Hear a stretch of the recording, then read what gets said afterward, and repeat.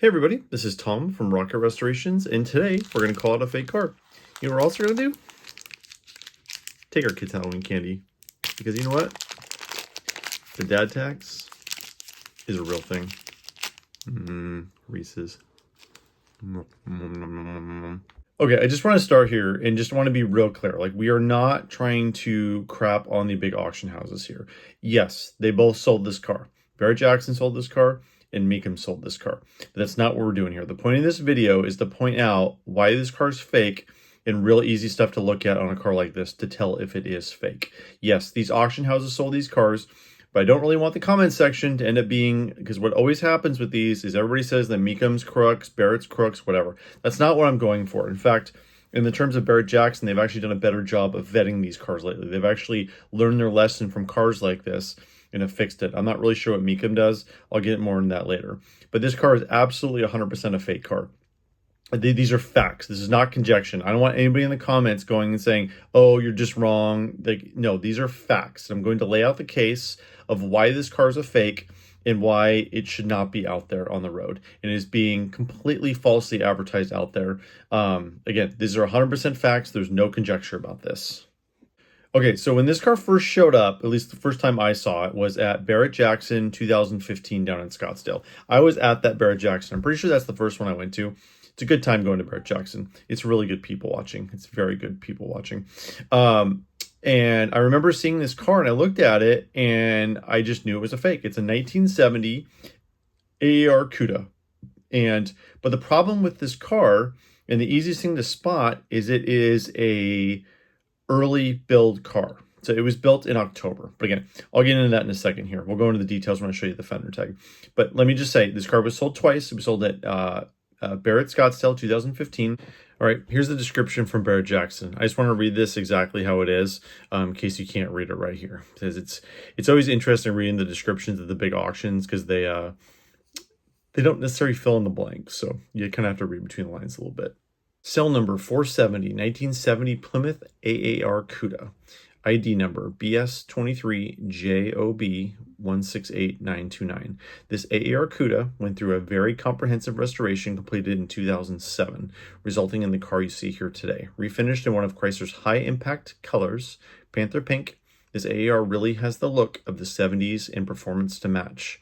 Well sorted, spell wrong, sorted, and very recently serviced, including 4 new correct Goodyear polyglass tires. This car runs and drives excellent, having accumulated very few miles since restoration. Please note that this car does in fact have a correct 1970 346 pack engine block, but not the original factory one installed. That would be really hard to have the numbers matching motor when it's a fake VIN, but I digress. This is a year correct motor with all the componentry for the car.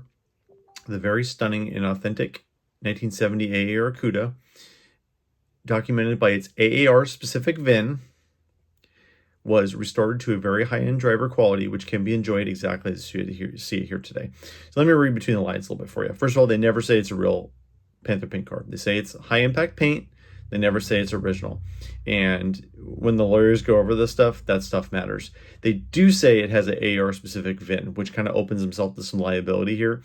And again, I kind of wonder, there's a lot of stuff that happens. I mean, Barrett Jackson's contracts are pretty ironclad. I mean, you sell stuff there, no reserve, it sells. You can sue them all you want, but A, they probably have more money than you, and B, you're not going to really get anywhere with that. But it's interesting that they say in the description that it has an AAR specific VIN. That's very interesting to me, at least. So that was the description of Barrett. It was sold at Mecum Indy on May 16th, 2019. All right, here's the Mecum listing. So again, this is from Indy 2019. It says 340 6-barrel automatic. Shows the VIN number.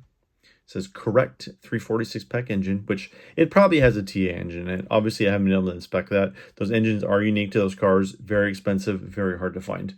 3 2-barrel carburetors, automatic transmission, power steering, power brakes, tack, bucket seats and console, front and rear spoilers, Goodyear polyglass tires, correct FM3 paint. So it's interesting that Mecum said that and Barrett didn't. Correct FM3 paint. Well, if you look at the fake fender tag, it says that. In real life, not so much. In the original fender tag, it says it has the original fender tag on Mecum. Again, Keep in mind these descriptions from Barrett and from Mecum. The customers write these. Mecum doesn't write this. But there was obviously no vetting done on this car at the auction, because if they would have found it, they would have figured out how to fake fender tag and a fake VIN tag on it. Just kind of interesting reading between the lines on these descriptions and seeing where they end up at. It was sold twice by the big auction houses. It was a fake car. I doubt that they knew it was a fake car. I'm pretty sure they wouldn't have listed it if they thought it was a fake car. But you got to keep it understand, like, they don't do a lot of vetting on these cars when they list them. Barrett Jackson now has Dave Wise, and his job is to go to every Barrett Jackson auction, and every Mopar that's there, he vets. He double checks body numbers. He double checks VINs to make sure they are correct. This car has a fake VIN on it. Somebody reproduced this VIN and put a fake VIN on it, and it also has a fake fender tag on it.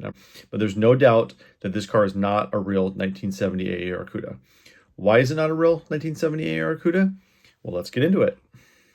Okay, so I'm going to show you on this fender tag why it's a fake. Now, there's a lot of people out there on the internet now that have a real problem with me showing you this type of stuff, because people don't want people to be educated to be able to spot fakes, because a lot of people make fake fender tags now, and a lot of people believe that the knowledge shouldn't be out there so the experts can spot them and spot fakes, because the more people figure out about these things, the more accurate fakes they can make, and the harder they are to make, or the harder to spot, I guess, because they're more accurate. I don't believe in that. I believe knowledge is power, and I think people should have the ability themselves without trying to hire an expert. I mean, if you want to hire an expert to check out your car, I'm more than willing to help you out with that. I can inspect it. I can tell you what's fake, what isn't. But I believe people should at least have the basic skills to be able to tell a fake car. So, okay, so start out. Fender tag. First of all, the layout's not right on this at all. The spacing's wrong. The font's wrong. I mean, it's really close, but it's just not quite right. Also, it looks like it's brand new. Fender tags, these tags are 50 years old now. It depends on the plant. Some plants, they usually have some pitting on them or whatever. This one's like just too clean. It doesn't look 50 years old.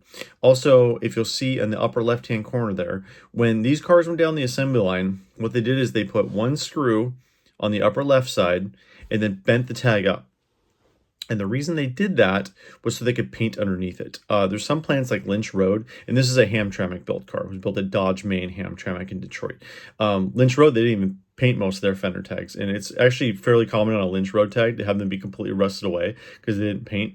But on Hamtramck cars, they bent them up so they could paint the back of the tag and paint the fender. Because anywhere you have bare metal, especially in like Detroit, Michigan or something like that, it would absolutely rust away over the years. So they were real careful about that. So if you notice on this tag, there's no bend on it, nothing. And on some plants, like for example, St. Louis, they're actually really easy to spot because they have inspection stamps in that right-hand corner. Hamtramck generally just had kind of a really light number stamped into it. And again, it varied. Going down the assembly line, there was, quality inspectors that stamp these things, but it's hit and miss on a lot of the stuff. It's not on all of them. But that's another way to spot on a Hamtramck. And the spacing's just all wrong on this. I'll start bottom left. I'm just going to do a real quick decode on this because what's the point of decoding a fender tag if it's fake? Because it's all fake information. So they have E55 on the bottom left. That's 340 engine, and that's right for a Cuda. A D32 automatic. BS23 is the first four of the VIN. J is the VIN, the engine VIN, which is 346 pack, which is correct for an AAR Cuda. 0 is year, 70, B is Hamtramck plant, and then the sequence number. FM3 is the color. So this is the other reason why it's fake. So not only AAR Cuda production wasn't started at this point, pink production wasn't started at this point. We'll get to that in a minute. The interior code, black interior, A25 on the second line there is October 25th. Again, before Cuda production started, before FM3 production started. And don't give me any arguments that they built a prototype early car. Those cars are all known, and this wasn't even thought of in October. All this stuff came out after the first of the year.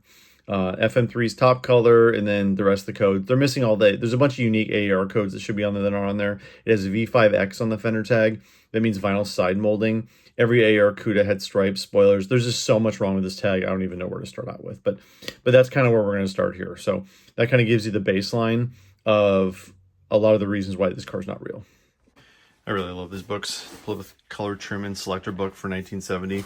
There's some really neat stuff in here. So here's all the confidential information, when the new cars came out, 6-pack motor for the Fury, bunch of cool stuff, all the new changes for the model year. This is stuff that went to the dealer that wasn't really available to the public. Super cool stuff. I'll go into this stuff in detail later. That's not what the point of this video is about. Okay, so what I'm going to show you here, fortunately these pages are stuck together a little bit, so it's a little bit hard. But yeah, so here is the code when the pink came out. Fortunately, that paint color stuck to the interior a little bit there, so it's kind of hard to open this page. But so this car had a scheduled production date on the fender tag of October 25th, 1969. Well, the problem with that, oh, when it came unglued, is FM3 and FMJ were announced on January 28th, 1970. So do the math. So that car was built with a fender tag in FM3 on October when the color didn't come out till January. That's a problem. They didn't start production till February on these. Yeah, so do the math there. It doesn't quite work out. If pink didn't come out till January and didn't get production till February and the car was built in October, it cannot be a real FM3 car. FJ6 Sassy Grass Green was the same too. That was a mid-year color that came out. That was FJ6, came out with the pink. This is kind of cool. These are the different interiors and vinyl roofs that are available with these colors. Kind of neat. All right, so now we've clearly established that the car could not have been a pink car originally and got a huge premium when it was a pink car, which is, kind of a problem. You're paying extra for Panther Pink on a car that was never Panther Pink is kind of an issue. So the next issue, the AAR Cuda. So that didn't come out until March of 1970. It was built to homologate for the 1970 model year Trans Am series. Didn't come out till March. So how could a car that was built in October have an option code, an engine that wasn't available till March? Well, the answer to that is it couldn't. It's a fake VIN. Somebody made that VIN with the J in it. I'm pretty sure the last 6 of the VIN is probably right. And keep in mind on Mopars, they have the secret body numbers. If you go back in my archive, I do an e-body showing where the body numbers are. The secret body numbers, they use the last 6 of the VIN on them. So they had the plant, the year, and then the last 6 of the VIN. Well, the problem is on a car like this, if they faked the VIN, the J, that engine code's not on that secret body number. So, and I in 2015, when I saw this car in person, I did not check the body numbers, so I can't tell you like 100% what it is or what it isn't. But I wouldn't be surprised if the body numbers on the car are right. They just got a new VIN with the J in the VIN instead of the, whatever it was originally, which who knows what it was originally. There's really no way to know that at this point. All the history's gone with the car. It's been faked. There's really no way to know that. All right, well, hopefully we laid our case out here. Obviously, a car that was built in October could not have 2 options that were built in, the FM3 didn't come out until, February production. AR didn't come out until March, April. There's no way this car could be built with that engine and that color. There's just no way it could happen. So, therefore, it has a fake VIN tag on it. I said, here's a picture of the VIN tag. You can look at it. Something else to spot. Here's the VIN that was on the dash of that car. And it's kind of a big issue that this car's been sold a couple times. I don't know who owns it now. It's probably in a collection now, but I hope when this car resurfaces again, it's flagged and then somebody trying to buy it knows that it's a fake car. If you go to an auction and don't know much about Mopars, you see a pretty pink car up on the stage. You think it's factory pink. You think it's a factory AAR Cuda. It's got all the stuff on it. It's got the hood, got the engine, has all the options, everything. It's a high-end restoration, blah, blah, blah. You don't know it's a fake car. You got to have somebody who knows what they're doing to look at it to be able to tell. All right, everybody. Well, I want to thank everybody for watching. We kind of like doing these videos. It's good for us to educate the public on, how to spot a fake on a car like this. And this one's just one of the most egregious examples I've seen in a while. There's a lot of cars out there with fake VIN tags. I know several others. I'm not going to call them out on the internet unless I know I'm 100% right. And on this one, I think you can agree with me that the facts line up, that this is absolutely a fake car with a fake VIN tag. We just want to be real clear on that. So I just want to thank everybody for watching. I really appreciate it. This is Tom from Rocket Restorations, and we'll talk to you soon.